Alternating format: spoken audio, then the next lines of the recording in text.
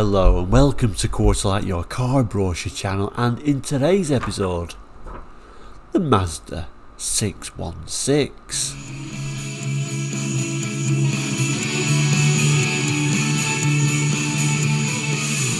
Hello and welcome back. Now if you're new to Quarterlight, we're actually a car brochure channel looking at car brochures from around the world for the 60s, 70s, 80s and 90s and sometimes beyond that as well. So if you're interested in cars, car brochures, looking back at cars gone by, really the channel is all about the memories that these cars bring back, then please do consider subscribing. It is all completely free. So today, what we're looking at? Well, we've started looking at Mazdas on Monday, so maybe this is starting to become a bit of a Mazda Monday theme for the next few weeks, I guess. No exception today, the Mazda 616. 1970s Mazda 616. This will be like the first generation, but I think this is actually the second facelift, but still a vehicle I'm struggling to actually remember. I remember the second generation, and if you don't know what that looks like, just look that up.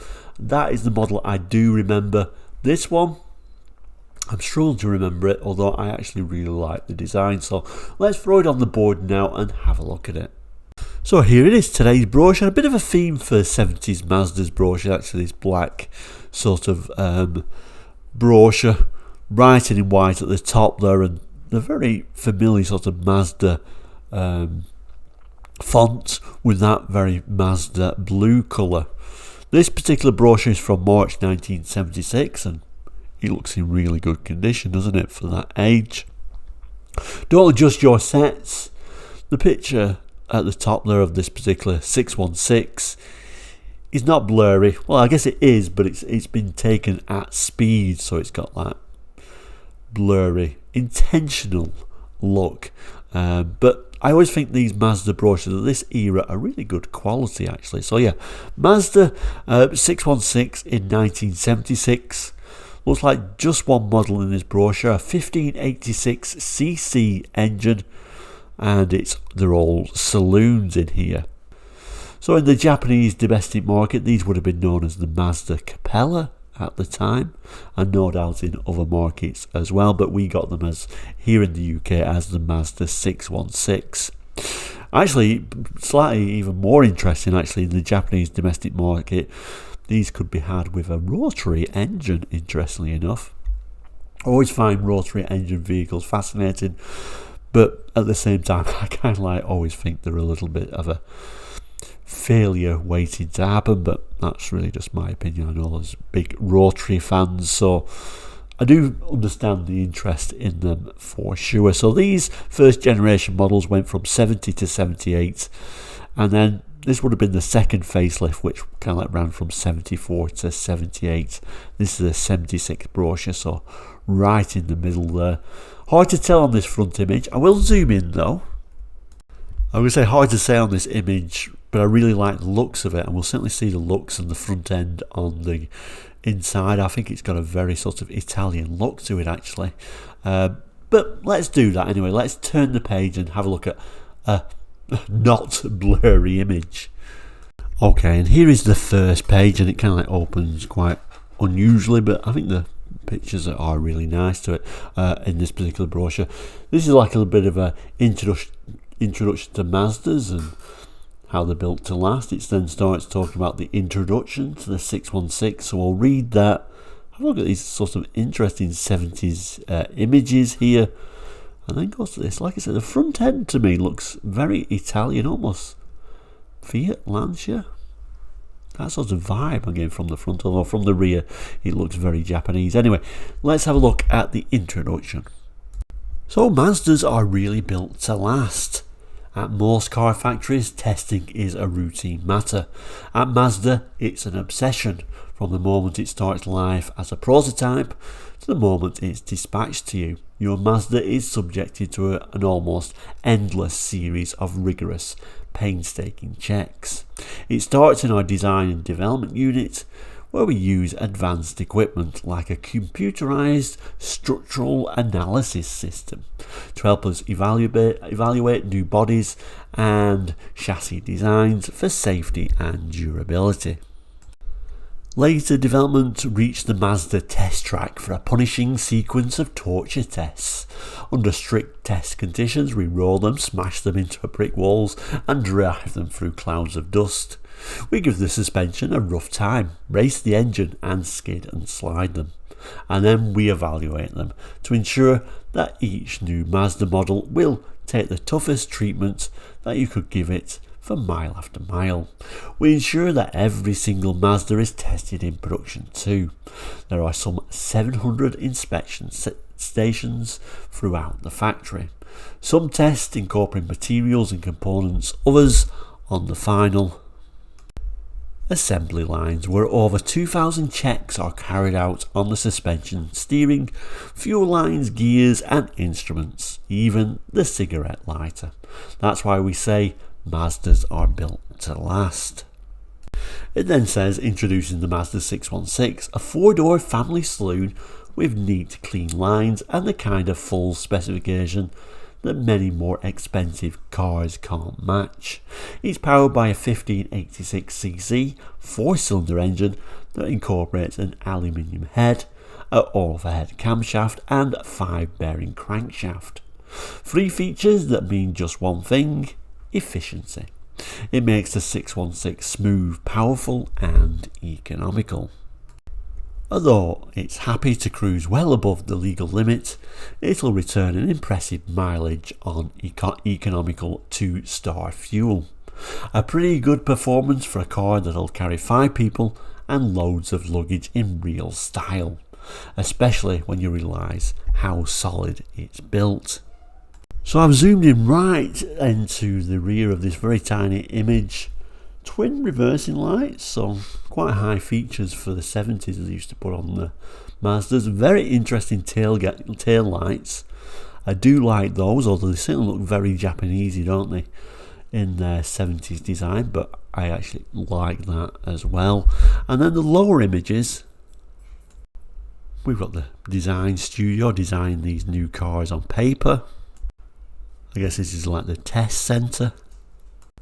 Looks like, I guess, the factories. Are they building parts there?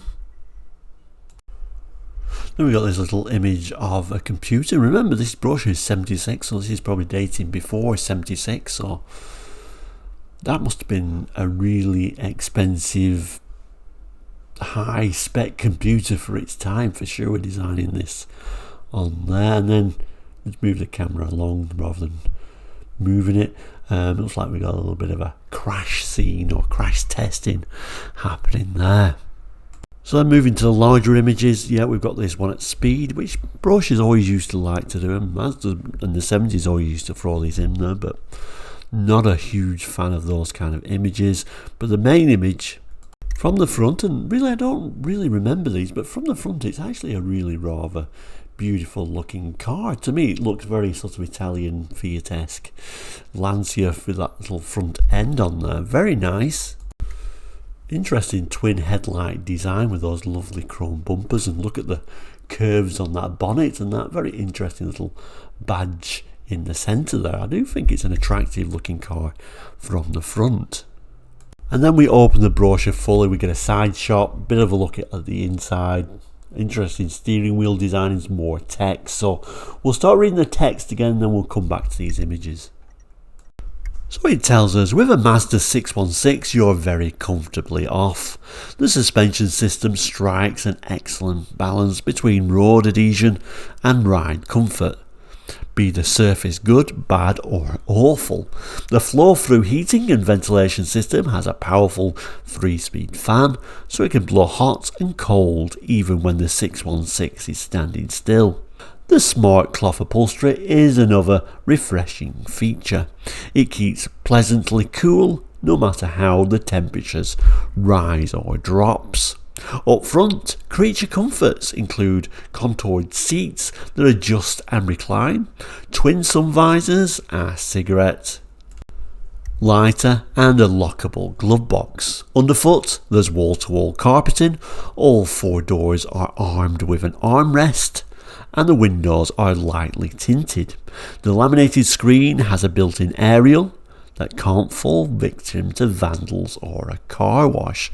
So really these cars doing the typical Japanese car thing in the 70s, giving you a lot of features that the probably equivalent British built car didn't have, and of course throwing in buckets full of reliability with it. So no wonder these cars really went from strength to strength and really showed the issues with the British car market. Like things like, look, it surprised me, the laminated screen has a built-in aerial that can't fall victim to vandals or a car wash. Ford brochures were saying that in much later, 10 years later possibly, maybe even later than that. So, little bits of features that certainly would have attracted customers to these cars. And like I say, from the front I do like the looks of it. Even from the side I think it's an attractive car, possibly maybe my favourite version of the 616 actually. It is an attractive design all round. Anyway, let's continue reading. Behind the wheel, you notice the difference between a Mazda and an ordinary car. You'll find just about everything you ever wanted in a car in the 616, and you'll find it well designed and well laid out. In addition to a fuel gauge and a trip speedometer, there's a water temperature gauge, an ammeter and an electric clock. All are sunk deep into the dashboard to avoid reflections and glare, with lighting that adjusts for brightness. Outside extras include twin headlights, a heated rear window, reversing lights and hazard warning flashes. For maximum effect with minimum effort, the dual circuit braking system is servo assisted with front discs and rear drums, and the steering is light and precise. Your hands need never leave the wheel for long.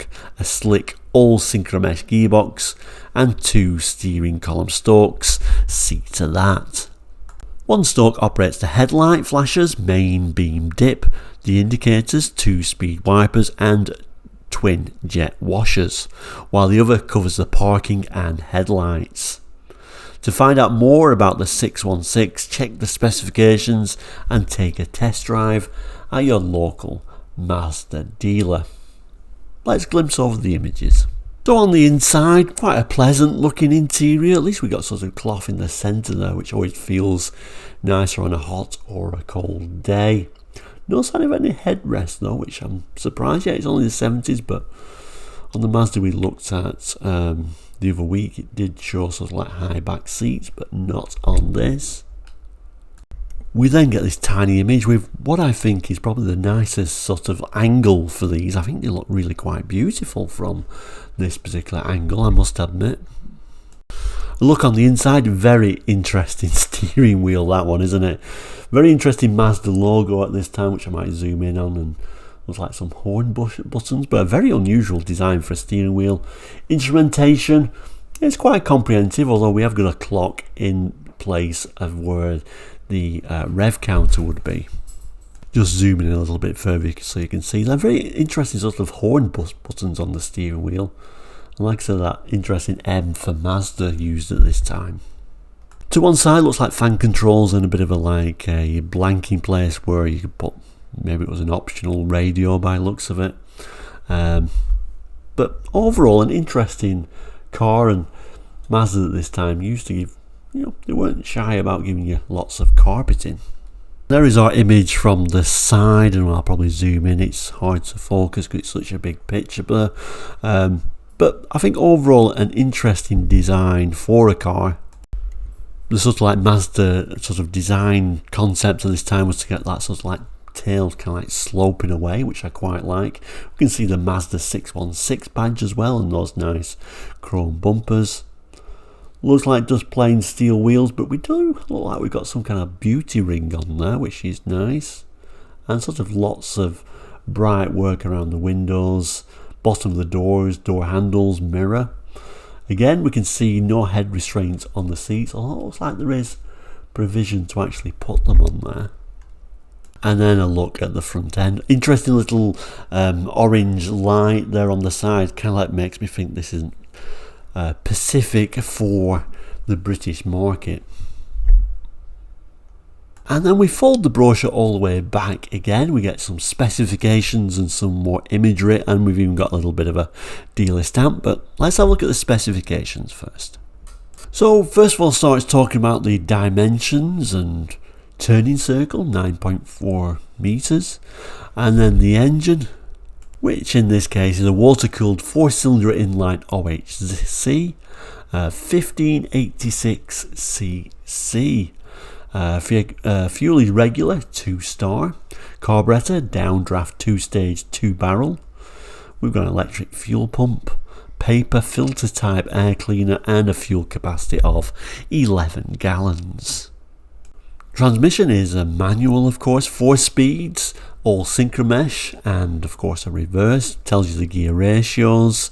Moving down, steering is recirculating ball and nut. Suspension, front is struts with coil springs, rear is 4-link type coil springs and lateral rod. Shock absorbers, front and rear double acting hydraulic. Axle rear semi-floating. Brakes, foot brake, so we've got discs at the front, drums at the rear. We also get a mechanical internal handbrake, expanding type on the rear wheels. Tells you the tyre sizes on there as well. And then it gives you a bit of a list of the standard equipment. So we get a speedometer, trip meter, fuel gauge, temperature gauge, ammeter, panel light rheostat, lockable glove box, clock, heater, 3-speed fan, through floor ventilation, cigarette lighter, interior ventilation, ashtray front and rear, 5-function lever switch for wipers, washers, indicators, main beam dip headlamp flasher. We get carpets, cloth upholstery, reclining front seats, fore and aft seat adjustment, twin sun visors, armrests on all doors, 2-speed wipers, twin jet washers, hazard warning flashers, reversing lights, locking petrol cap, radial ply tyres, overhead cam engine, front disc brakes, dual circuit brake system, brake servo, chrome ring wheel trims, and then front suspension struts with coil springs, double acting shock absorbers, anti-roll bar. Rear suspension, 4-link type coil springs, and lateral rod. Heated rear window, laminated windscreen, radio aerial built-in screen, tinted windows, bonded window moulding front and rear, door mounted rear view mirror, toolkit and touch-up paint. We then get a tiny image of, like I say, my favourite angle of these early 616s. A look at the engine,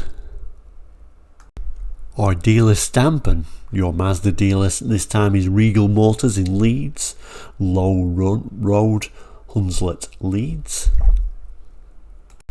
Our Mazda importer, so Mazda Car Imports GB Limited, Longfield Road, North Farm Industrial Estate, Tunbridge Wells in Kent.